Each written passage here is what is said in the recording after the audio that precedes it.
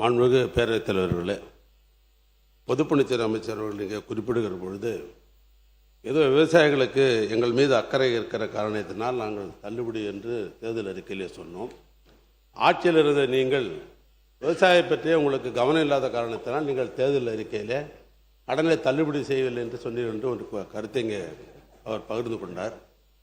ஆட்சியில் நாங்கள் இருந்த காரணத்தினால்தான் நிதித்துறை செயலாளரை கூப்பிட்டு இந்த விவசாயிகளுக்கு முழுமையாக கடன் தள்ளுபடி செய்ய வேண்டும் என்று நாங்கள் சொன்ன பொழுது விவசாயிகளை குறு விவசாயி, பெரிய விவசாயி என்று நாம் பிரித்து பார்க்க முடியாது. 2006 அப்பொழுது 7000 கோடி ரூபாய் இதே மாமன்றத்தில் தள்ளுபடி செய்கிற பொழுது கூட்டுறவு மற்றும் உணவுத்துறை அமைச்சராக இருந்து அந்த தள்ளுபடி செய்து இந்த மாமன்றத்தில் நான் தான் கொண்டு வந்தேன், அந்த தீர்மானத்தை கொண்டு வந்தேன். விவசாயிகளை பொறுத்தவரைக்கும் தமிழ்நாட்டில் சிறு விவசாயி, குறு விவசாயி, பெரிய விவசாயின்னு பார்க்கவே முடியாது. நான் இங்கு இருப்பதற்காக இந்த கருத்தை சொல்லவில்லை. இப்போ என்ன நிலைமை? நீங்கள் சிறு விவசாயி, குறு விவசாயி என்று பிரித்த காரணத்தினால் விவசாயி போராடி கொண்டிருக்கிறான். இது எங்களுக்கு தெரிந்தது.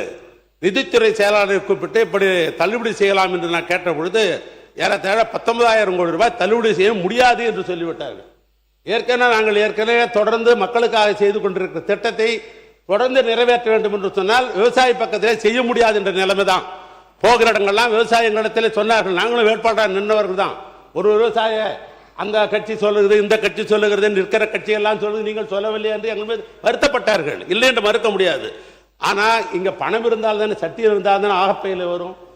ஆக பணமில்லை எங்களுக்கு தெரிந்த காரணத்தினால் அந்த நாங்கள் விவசாயி பிரித்து பார்க்கவில்லை. அதனால் நாங்கள் அந்த தேர்தல் அறிக்கை சொல்லவே வேறொன்றுமல்ல. இன்னொன்று, வடப்பகுதியில் இந்த கரும்பு உற்பத்தி என்பது குறைகிறது என்ற ஒரு கருத்தை சொன்னார். உண்மைதான். நானே ஒரு கரும்பு விவசாயி தான். கள்ளக்குறிச்சி கூட்டுறவு சர்க்கராலே நான் அங்கே அங்கத்தன்றாக இருக்கிறேன். நானும் ஆண்டுக்கு கரும்பு அனுப்பி கொண்டிருந்தோம் தான். நானே இப்போ கரும்பு நான் நிறுத்தி விட்டேன். காரணம் என்னன்னா, கரும்புடைய உற்பத்தி சிலையும் விற்பனை சிலையும் ரெண்டு மேட்ச் ஆக மாட்டேங்குது.